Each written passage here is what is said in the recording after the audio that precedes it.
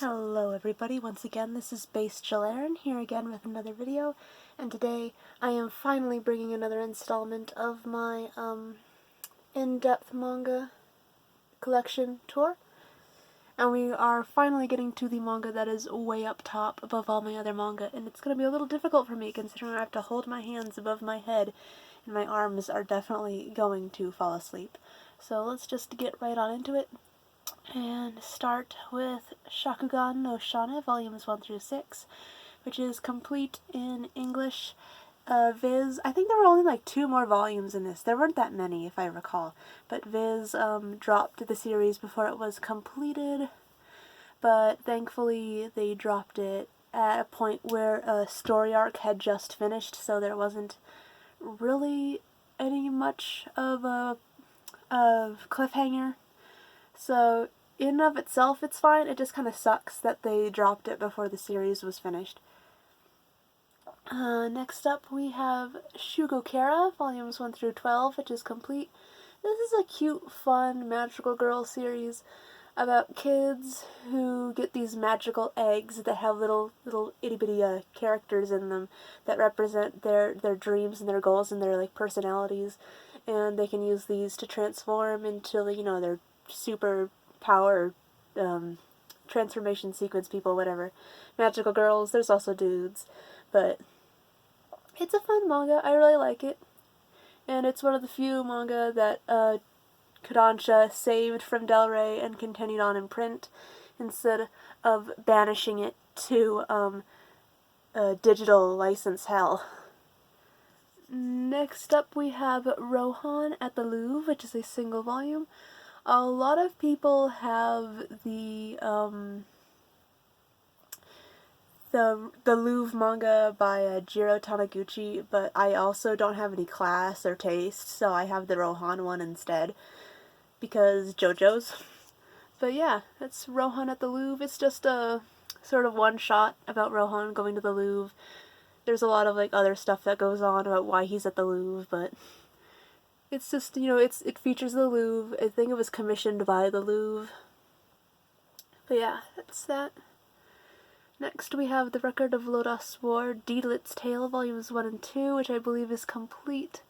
This is just sort of like an after story. They're sort of like a collection of short stories about Deedlit, sort of after the events of Record of Lodoss War, The Grey Witch, I do believe, and these, they're not really substantial, they're not something that you need to get, but they're sort of things that are sort of a fan favorite considering Deedlit and Parn kiss in volume 2, so anybody who ships those two, that this is like gold.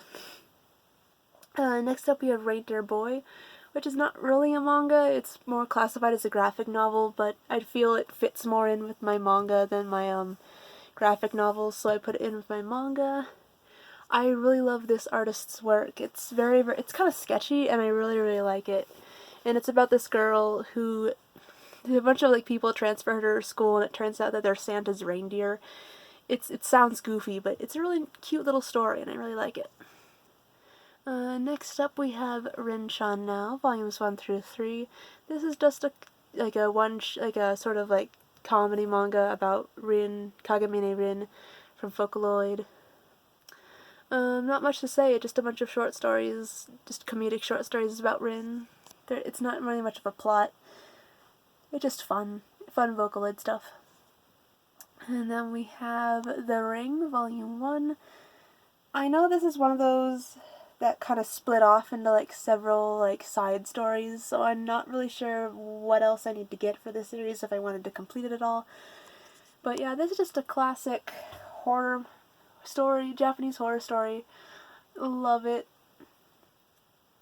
Next up we have SS Astro, and it says volume 1, but to my knowledge only one volume has ever existed for this series, and it is a 4-coma, and it's about school teachers, which is something you don't really see a lot of manga focusing on completely, is just the lives of teachers instead of the students.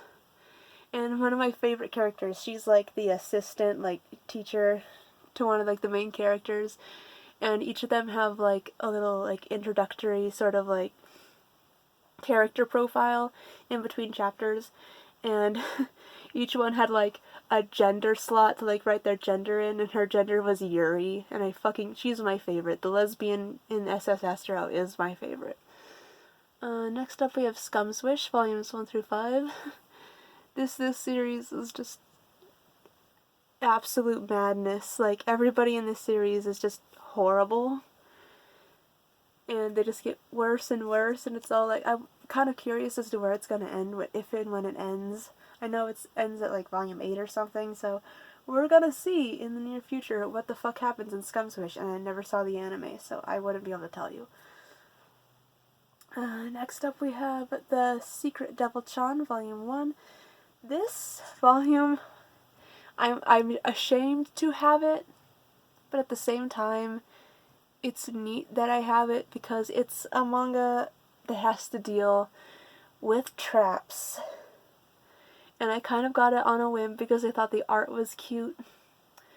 And it's kind of a blemish in my collection considering I'm not a very big fan of traps. But this manga is completely sold out. It is very hard to find. So, yeah. It's the duality of having manga is that sometimes you have series that you fucking hate. But it's all like, oh, but this is like $100-something on Amazon. Shit. I can't just toss it. Next up, we have Secret of the Princess, which is a single volume. It is a Yuri by Milk Morinaga. It's a cute little series about this girl who starts dating another girl because she wants to practice dating, and you just tell where it goes from there. It's basic Yuri stuff. Next up we have She and Her Cat, which is a single volume, which is a manga adaptation of the manga by Makoto Shinkai. It's a nice little one-shot. I personally really liked it. A couple people said that they thought it was boring or they didn't like it, but I personally really liked it, and I'm glad that I have it. Definitely a must-have for anybody who's just a Makoto Shinkai fan. Next up we have Slumbering Beauty Volume 1. I don't know what's going on with this series because it was slated to come out like earlier this year, the second volume, but then it was pushed all the way back to like the fall time. So I don't know what happened there, but it's a nice manga. It's by the same person who did Bunny Drop. And it's just about this girl who, I guess she meets like a spirit who's like in charge of like putting people to sleep in her town. And she's just kind of like this, like her like quirk is that she's always like sleeping. She's always super fucking sleepy. But yeah, it's a nice manga, but there'll be a while till we see volume 2, I guess. Next up we have Species Domain, volumes 1 through 4. This manga has an interesting premise. It's based in a universe where sometimes magical beings from like a different world will come and they will take your babies and they will replace them with a baby of like their race. I guess I forget what they're called. I forget what you call that. But our main character is an elf. She was one of those like replacement children, and she is from like this other fantasy world, but she doesn't have any elven powers. And like I guess like the main crux of the story is that she really wants to appear like she has these like special elven powers, and she befriends this guy who's like super fucking smart, and he's like really good at like inventing stuff, and he can like sort of imitate what would look like magic, but every single time she's like, that's magic, that's totally magic. He's like, no, fuck you, it's science. But yeah, and they have like other friends, like one of them is like a dwarf, and we got another girl with wings. It's a fun little like rom-com. I really like it. Next up we have Spirits and Cat Ears, volumes 1 through 4. I initially started collecting the series because this artist's work reminds me very highly of Koko Fujiwara, who's the author of Inuboku Secret Service, one of my favorite manga of all time.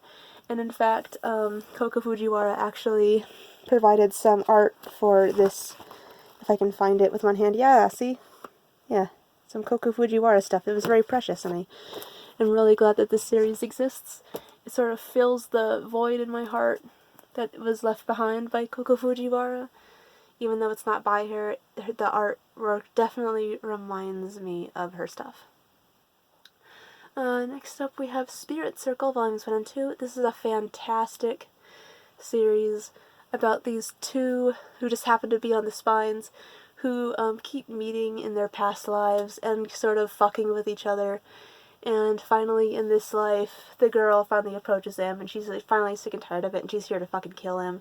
But he doesn't know what's going on, so he gets to experience all these like past lives that he's lived. And it's really, really neat, and I really like it. Highly recommended. It's by the same person who did Lucifer and the Biscuit Hammer, which is a manga I don't own, but a manga I've heard a lot about. And I hear it's really fucking great. Next up we have Strawberry Marshmallow, or Ichigo Mashimaro, Volumes 1 through 5, which is complete in English because this is a Tokyo Pop release, and this is all we ever got. And this is another one of the questionable pieces of my collection, considering the content of Strawberry Marshmallow is drawn by a guy who just really, really liked drawing little girls in like a questionable way. There's one too many panty shots in this manga for my liking. Surely it's not as bad as something like what is it? Kodomo no Jikan. It's definitely not Kodomo no Jikan levels, but it's still mildly creepy. I don't know what inspired high school me to collect this series, but she did, so here I am. Next up we have Strawberry Panic, the complete manga collection. This is which is a deceiving subtitle, considering Strawberry Panic covers like the first full arc of the light novel, and starts to go into like the next big arc of the light novel, and then fucking stops because I guess it got cancelled. So I guess in like a way this is the complete collection, but it's in no ways the complete story. And if you want the complete Strawberry Panic experience, either watch the anime or read the light novel, which is also put out by Seven Seas in a big ol' all-in-one. Very convenient. Next up we have, I'm constantly at odds of how to pronounce this, because supply is an actual word, but how it's written in Japanese makes it sound like it would be pronounced more supply? So I'm kind of at odds for how this manga's title is actually pronounced. I'm not sure, but I absolutely love this artist's work. I've shown you a manga by her before, way back early on in this collection tour, called Sweet and Honey, but I didn't really go into the art, but I'll just show you like a little bit of it. This is pretty much what her artwork looks like. It's very elegant.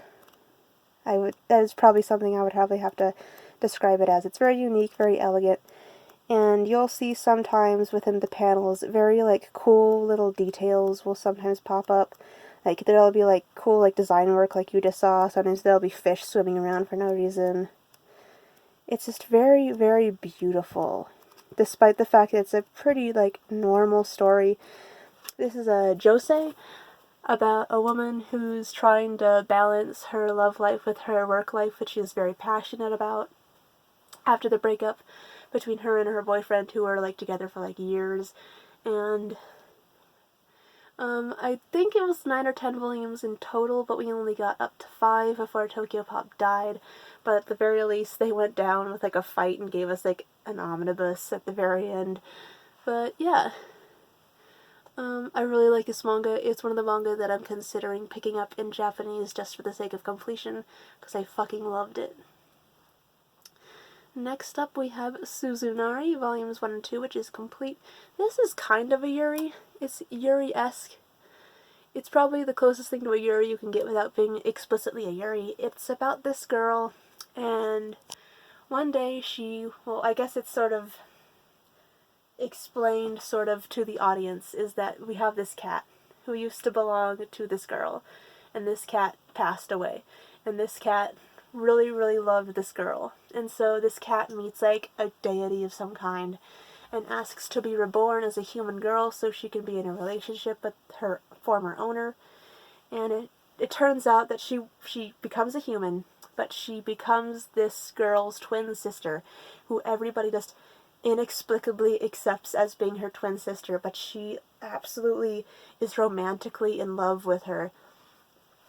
So it's sort of incesty, but if you know, like, sort of like the context, it's not, because it's her cat reborn as her twin sister.